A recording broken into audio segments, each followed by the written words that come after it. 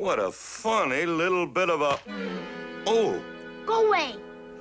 Oh, boy, I've seen everything in these woods. Whew, what have I run on? What a pretty thing this is. Leave me alone. Well, now, that's pretty big talk, little britches. I'm big enough. Pitiful. Hey, kid. All right, what do you see right now that strikes you? We see that all the time.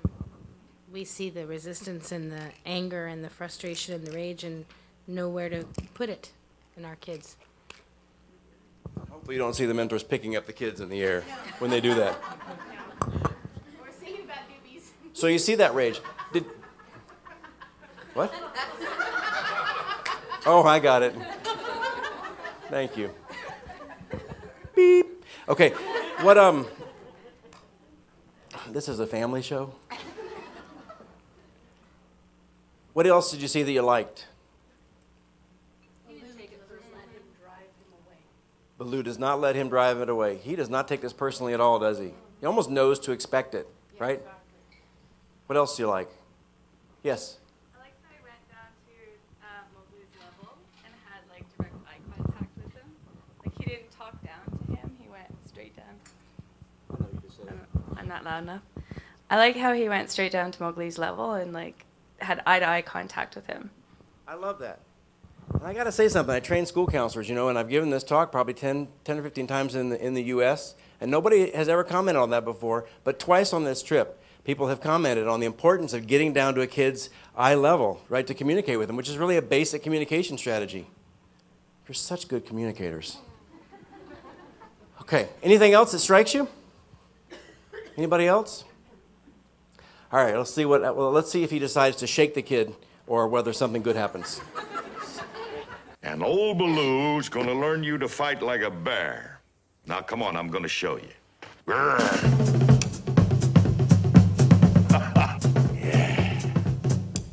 All right, now, kid, loosen up. Get real loose and then start to weave. Weave a little, now move. That's it.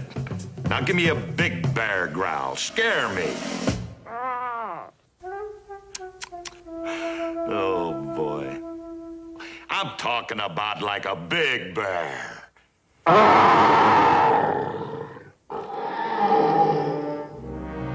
He's in trouble. I shouldn't have left him alone. A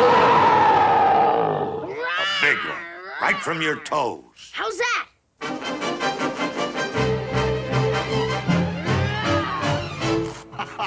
Yeah, you're getting it, kid. Oh, no. It's Baloo, that shiftless, stupid jungle bum. Weave about now. Look for an opening. Keep moving. Keep... Yeah, you're getting it, kid. Come on, that's it. He's a dandy. Fine teacher you are, old Iron Paws. Oh, thanks, Bagheera. Tell me, after you knock your pupil senseless, how do you expect him to remember the lesson, hmm? Well, I didn't mean to lay it on him so hard. I'm not hurt. I'm all right. I'm a lot tougher than some people think. You better believe it. Now, let's go once more. Now, I want you to keep circling or I'm gonna knock your roof in again. You better keep moving. Ooh! Hey! Right on the button.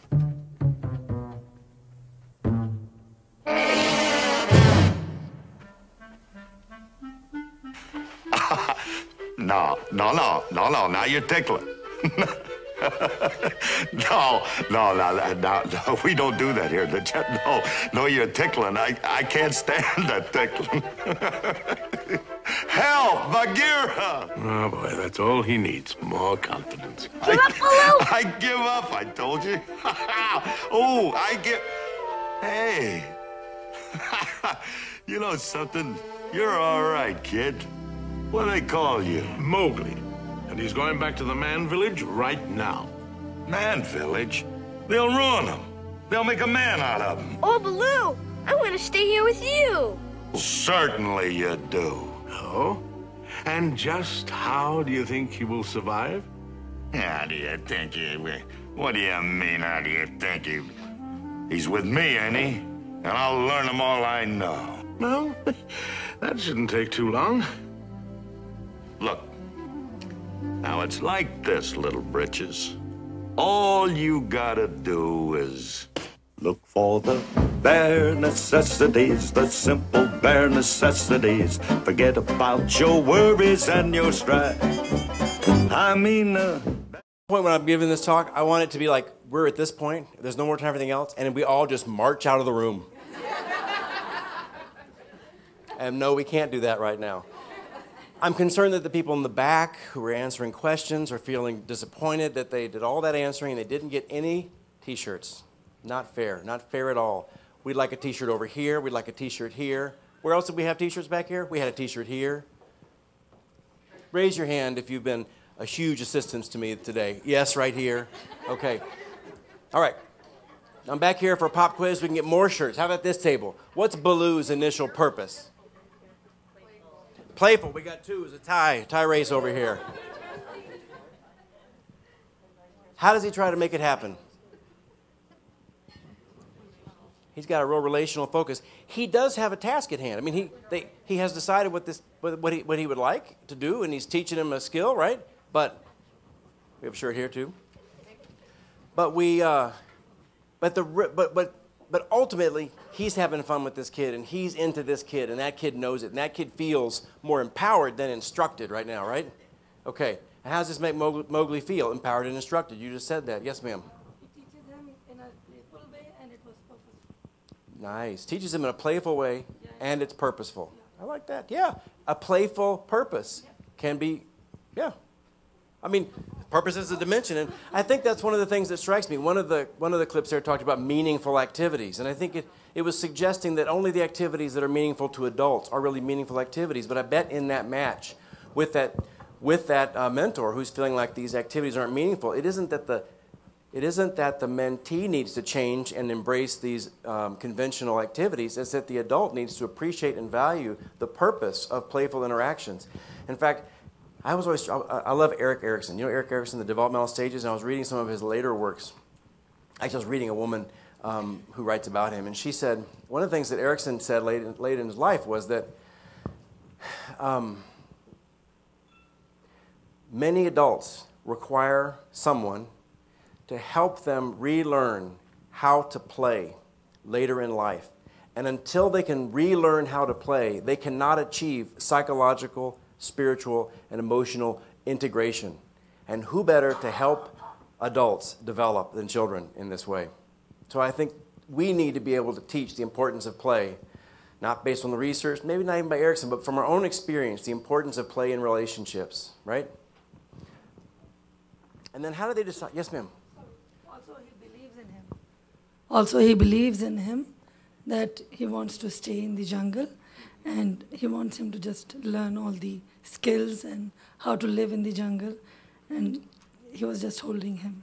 That's awesome. And don't you think that because he believes in him so much, he can say, that was pitiful, right? Because it was pitiful, but he still has faith that he can develop the skill. He hasn't discounted the kid, he's discounted the behavior and said, let's try better, let's do more. I know you can do it. That, right? Yeah. And that's what Bagheera didn't have, right? So the last one is about collaboration. Can someone describe for me what I see here as implicit collaboration? Because I think it could be easy to walk away from today thinking that for us to collaborate, we have to sort of sit down and say, well, what do you want to do? And here's what I want to do. And here's what I'm interested in. What do you want to do? And go back and forth like the vultures in there. Remember the vulture scene where they're like, I don't know, what do you want to do? I don't know what you want to do. They do that for like 3 or 4 minutes, right? That's not really what's needed. Do you see how he's collaborative? Can you see how Baloo is being collaborative, even though they're not having that kind of a back and forth vulture conversation? When we had a conversation with Karen, asked the question one time on a phone call that Jane had forwarded to us, is it ever useful to be unilateral, not collaborative? And we thought about this, and we decided, you know what, it's useful to be collaborative. I mean, it's useful to be unilateral when doing so allows you to be collaborative. In every match, there's times when mentors have to just make decisions. Just like in every relationship, like even with a parent, your kid's running out in the street, you grab them by the arm and you pull them back. You negotiate. You don't collaborate, right? Hopefully you don't berate them after that, but you pull them back in. And here, I think what's going on and happens in most matches at the beginning, you don't see it here so much, but imagine the beginning of a match where the kid doesn't say anything and they're quiet. And I think that was in some of the cases that we talked about earlier. The kid's quiet and they're not making suggestions. I think it's often because they don't know what this relationship is. What are you? Are you a tutor, a coach? What are you? And by their silence, they're implicitly saying, please make meaning of this relationship for me. Help this make sense. Shape this, describe it. Help this move forward. Make it fun. Do something so I don't feel so uncomfortable and awkward here. And just by responding to that, we're collaborating, which is different than if the mentor comes in and says, well, I remember the teacher said you were not doing well in math, so let's do some math work. Now that's unilateral. It's based on some image of the kid, not the real kid. But that other way is responding to what the kid is communicating non-verbally about a need for the adult to structure their experience, which is one of the roles that adults have. You were going to say something. I know you were. You have to find that common ground with the kids. I know, like me personally, working with some of the youth, you try to find those things that you may have in common with one of them, you know, a type of music that maybe they listen to and that you're able to talk about those kinds of things. Finding those shared interests. Absolutely.